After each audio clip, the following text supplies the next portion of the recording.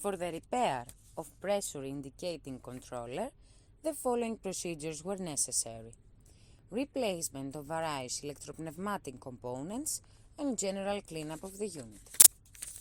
For testing, we use some pressured air.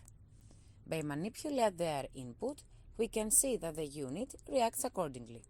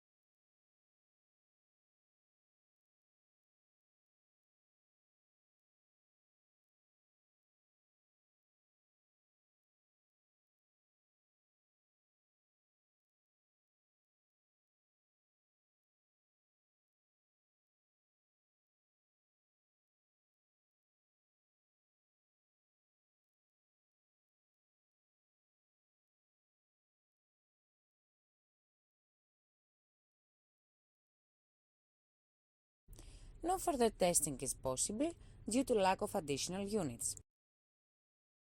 It is now clear that the pressure indicating controller is working successfully and it is ready to be delivered to the customer.